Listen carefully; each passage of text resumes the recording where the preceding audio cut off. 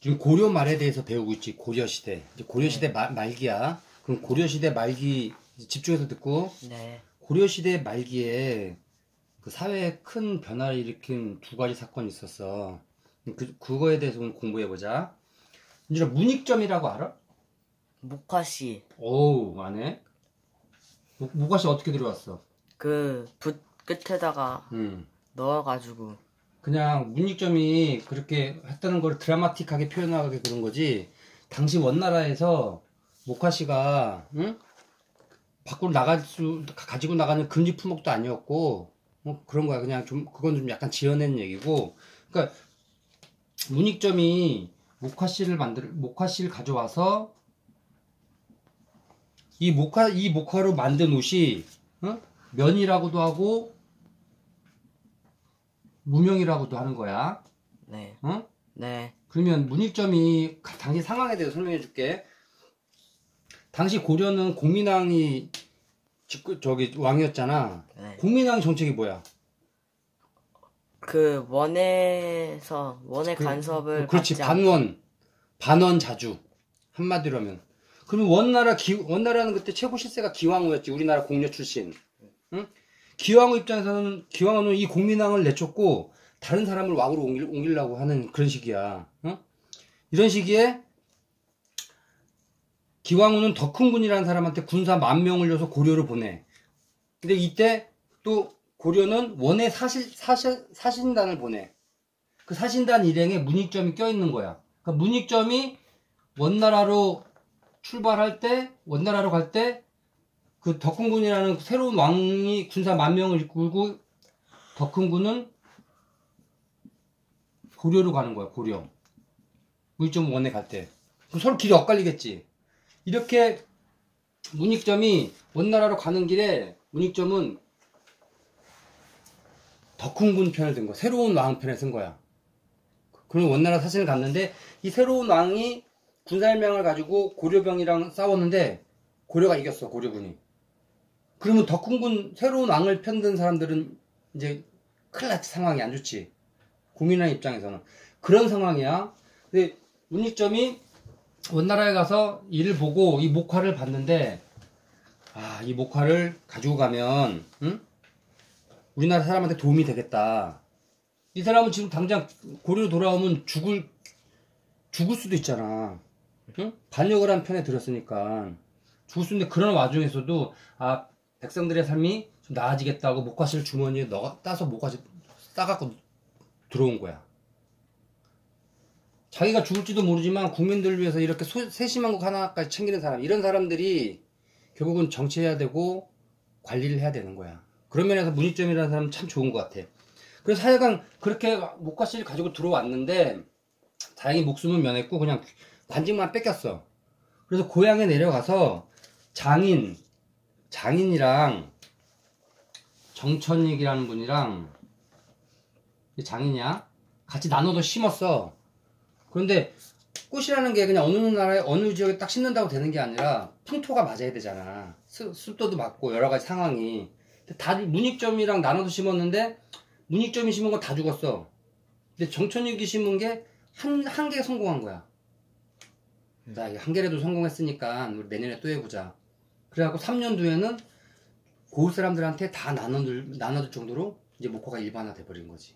성공을 한 거지. 응?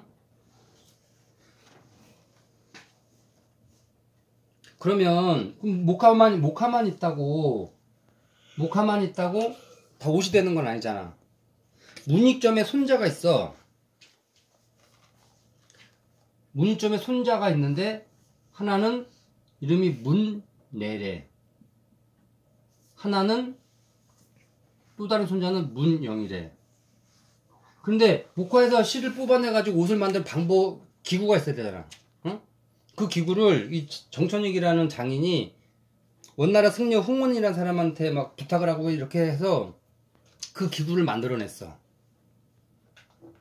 목화 실을 뽑아내는 기구가 뭔지 알아? 물레래.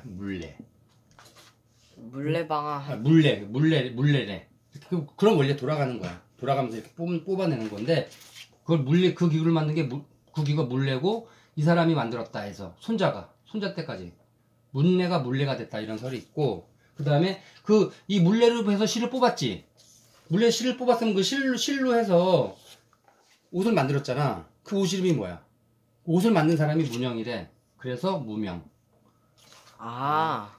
재밌지? 이름 안 잊어먹겠지? 응? 근데 진짜 그렇게 된 응? 거야? 아니 그런 설이 있어. 근데 무명이라는 것은 무명은 중국에서 들어온 말로 중국 한자로 하면 목화가 중국 발음으로 하면 무미엔이래. 무미엔. 무미엔 하다가 무명 뭐 이렇게 왔다는 설도 있고. 아빠가 지금 설명하는 거는 이런 물레, 무명 이런 것들은 이제 안 잊어먹겠지. 목화에서 나온 것들 그런 차원에서 설명한 거야. 자, 그럼 보자. 무명은 땀을 잘 흡수해서 여름에는 시원하고 겨울에는 이 옷 사이에 목화에서 나온 솜을 넣어서 따뜻한 옷과 이불을 만들 수 있어. 그러니까 일반 국민들한테 엄청난 변화지. 응? 그럼 문희주님이 목화씨 하나를 들여왔다고 하지만 이 사람은 정말 국가에서 큰 일을 한 거야. 이런 일을 한 사람들이 나란 일을 해야 될 것 같아, 아빠 생각에는. 그 다음에 고려 말에 또 하나 중대한 변화가 있는데, 지금 몇 분이야? 6분.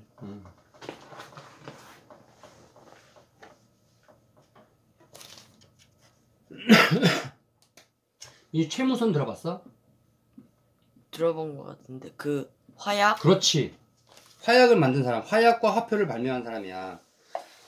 화약과 기존에 고려시대 중국 쪽에서는 화약 만드는 기술이 있었어.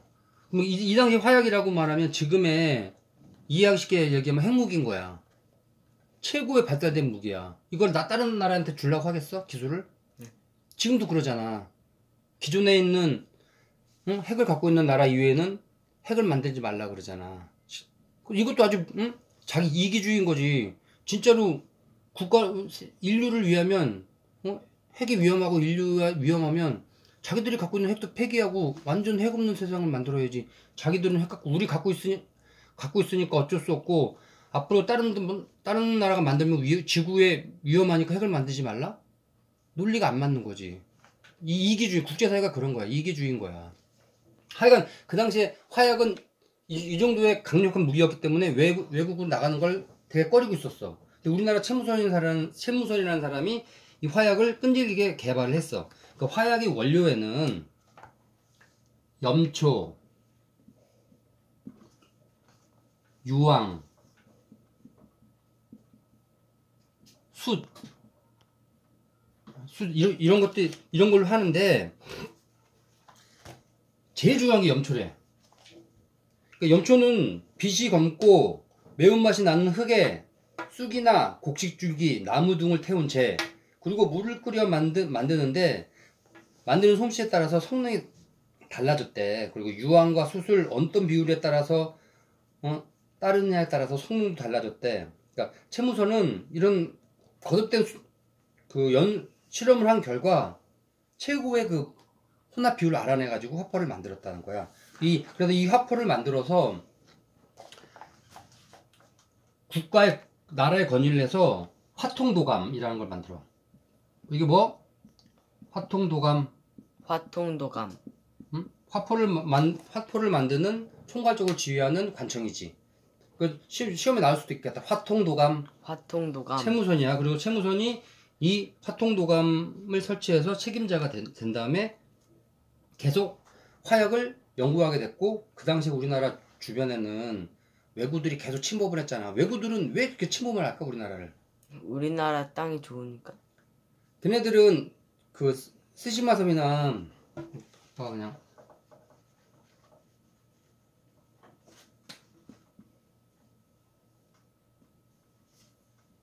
여기 스시마섬 이렇게 섬들이 있는데 이런 데서는 농사를 못 지어. 먹을 게 없는 거야. 그러니까 맨 처음에 먹을 거 찾아오는 거야. 그렇기 때문에 외국 수탕을 당하는 거야. 그냥 처음에는 와서 곡식만 뺏어 갔는데 나중에는 막 사람까지 죽고 대부분 지고 이게 다 이렇게 내륙 깊숙이까지 왔대. 그런데 이 채무선이 화약을 발견해서 이 외구를 많이 물리쳐가지고 바닷가가 그래도 그나마 좀 나아졌대. 근데 채무선이 계속 물리쳐도 오긴 왔지. 줄어들 수가 없어. 배고파가지고 어쩔 수 없이 오는 거야. 근데 얘네들은, 왜냐면, 생각해 봐봐. 배고파서 왔으면 한두 척이 되는데 어쩔 때는 100척, 200척씩 배로 쳐들어와. 아니, 조직적으로 뺏어 먹으려고 오는 놈들이지. 근데 그런 조직적인 게 많이 줄어든 거지. 자, 오늘은 문의점이랑 채무선에 대해서 했어. 오늘 여기까지 끝.